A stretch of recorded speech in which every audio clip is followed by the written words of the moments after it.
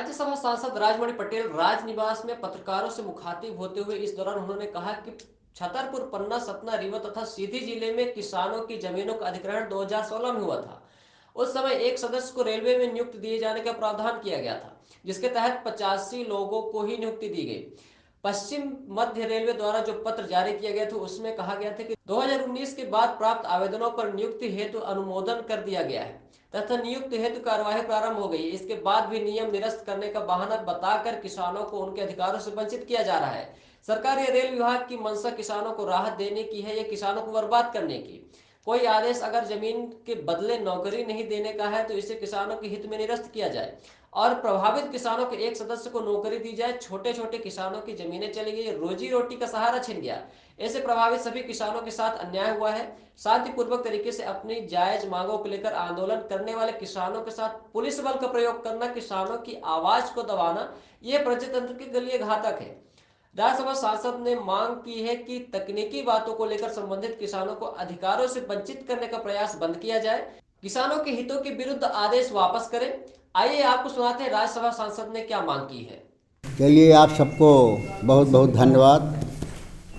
शिवरात्रि के अवसर पर और आज जो आप सबको बुलाने का मकसद था, एक बहुत ही गंभीर समस्या, चुनौती, जो कुछ कहिए हमारे सामने है।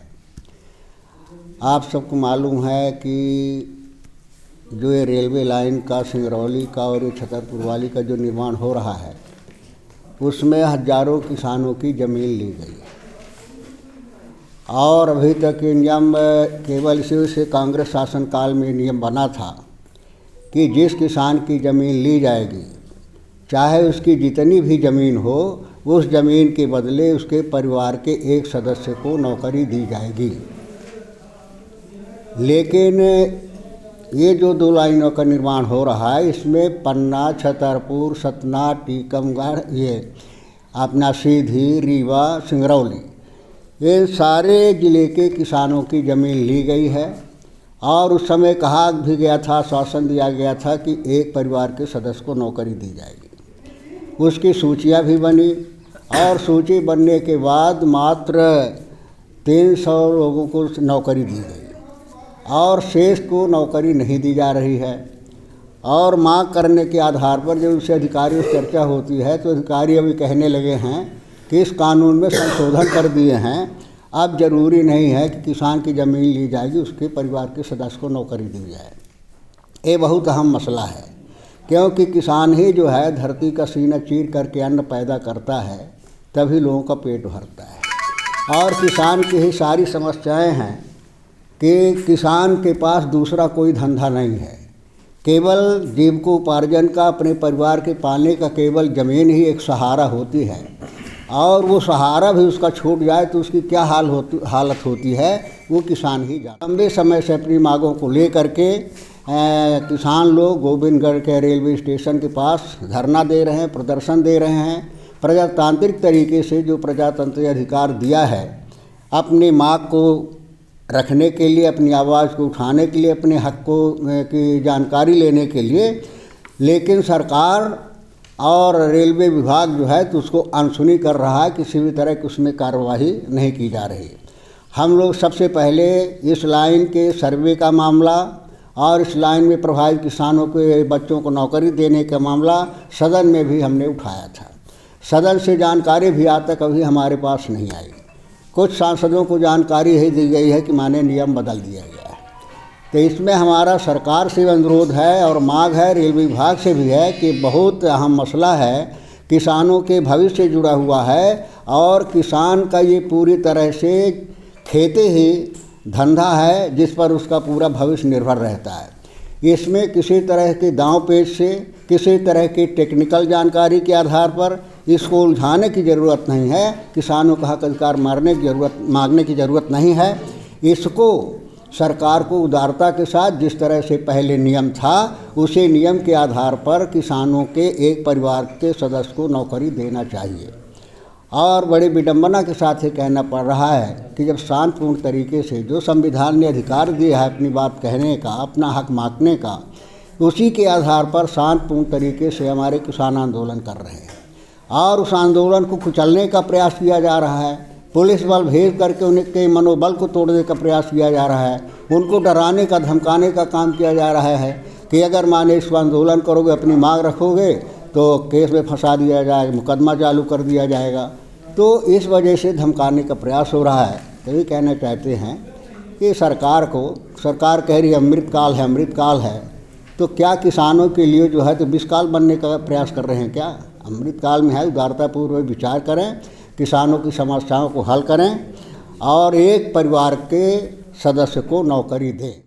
नहीं दी जा रही है, किसान अपनी मांग के लिए आंदोलन कर रहे हैं। मैं अधिकारियों से अपेक्षा करना चाहता हूँ कि दमनकारी नीति को छोड़ दें, भय दिखाने की नीति को छोड़ दें। जो उनका संवैधानिक हक अधिकार है, जो मिलना चाहिए, मानवीय आधार पर भी उनका अधिकार बनता है, तो उनको नौकरी देने का प्रयास करें। अगर कानून बनाया भी है, कोई आदेश भी जारी किया है, तो मांग करते ही उस आदेश को निरस्त किया जाना चाहिए और पूर्व के आदेश के आधार पर प्रत्येक परिवार के एक सदस्य को नौकरी देने का आदेश जारी करना चाहिए। और इसमें हम चाहते हैं कि मानवीय पहलू है, किसी के भविष्य से जुड़ा हुआ सवाल है और ऐसे सवाल में हमें हर तरह के दृष्टिकोण से अलग होकर के राजनीति में भी हैं, राजनीतिक दृष्टिकोण अलग कर देना चाहिए और सभी लोगों को एक मानवीय आधार पर विचार करना चाहिए और इस तरह के काम में सबका सहयोग मिलना चाहिए, चाहे राजनीतिक क्षेत्र में हो, चाहे प्रशासनिक हो, चाहे पत्रकारिता के क्षेत्र में हो। सबका ये दायित्व बनता है कि इस तरह की परिस्थिति ये न मानी जाए कि केवल किसान की है, किसान से जुड़ा हुआ सब है। पत्रकार भी किसान से जुड़ा है, नेता भी किसान से जुड़ा है, अधिकारी भी किसान से जुड़ा हुआ है। तो ये सारे लोगों की समस्याएं हैं, इसको प्रमुखता से लेना चाहिए और इस आवाज़ को बुलंद करना चाहिए और सरकार को इस पर विचार करना चाहिए। इसी वजह से आज हमने बुलाया था कि हम सब मिल करके सरकार का ध्यान आकर्षित करें। विकास भी ज़रूरी है, लेकिन विकास के भी स्वरूप होना चाहिए। विकास के लिए जो एक इसेंशियल होता है और एक होता है दिखाने के लिए, विस्तार करने के लिए, नाम कमाने के लिए। उस तरह का विकास नहीं चाहिए।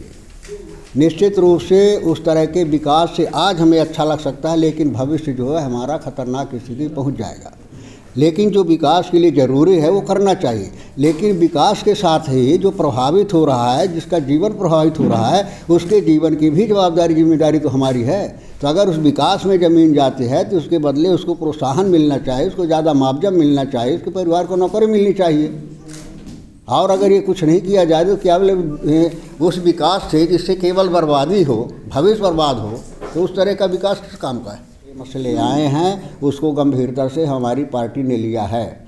जब कर्ज से डूबता था किसान तो 72 लाख करोड़ रुपए का केंद्र सरकार ही ने हमारी सबसे पहले इस देश के किसानों का माफ़ किया था। प्रदेश में भी हमारी सरकार आई तो प्रदेश में भी हमारी सरकार ने किसानों के कर्जे को माफ़ किया था, क्योंकि इस स्थिति में किसान दब रहा था। तो और हमारी सरकार ने कानून बनाया था कि जिस किसान की चाहे माने एक डिसमिल भी ज़मीन ली जाएगी, लेकिन उस किसान के परिवार को, एक व्यक्ति को नौकरी दी जाएगी।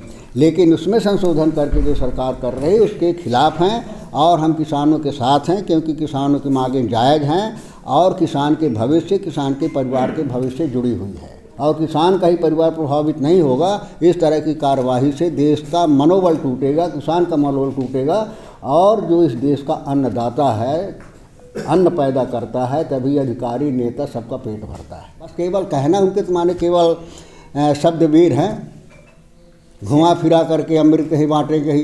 बजट में जो है मनरेगा जैसी योजना, ये में गरीब का जीवन जुड़ा हुआ है, जिसको कहते थे कांग्रेस का कब्रिस्तान है ना। उस मनरेगा कब्रिस्तान कहने के बाद क्यों आप उसको ढो रहे हो? क्यों लागू कर, उसको बंद कर देना चाहिए। और ऐसी योजना का बजट कम कर दिया। बजट कम करने के बाद विकास करना चाहते हो, चौगुना विकास करेंगे। दुनिया में पहला प्रधानमंत्री हमने देखा है जो ये महसूस करता है कि बजट कम करने पर ज़्यादा विकास होता है। तो जब बजट कम करने पर ज़्यादा विकास होता है तो सभी बजट ख़त्म कर दो और ज़्यादा तेज़ी से विकास होगा। और अब बजट में है क्या विशेषता जो बता रहे हैं? ये नहीं बताएंगे कितना करेंगे, कितना हुआ है, आंकड़े नहीं देंगे। ये बजट भारत का भविष्य बनाने वाला है। कोई कहेगा ये बजट, इसमें 100 साल का विजन दिख रहा है। ये बजट बुनियाद मजबूत करने वाला बजट है। अब यही विकास है, तो इन शब्दों से अगर विकास होता है, इस तरह की बातों से अगर हमारे देश प्रगति करता है, तो उसमें कुछ कहा नहीं जा सकता।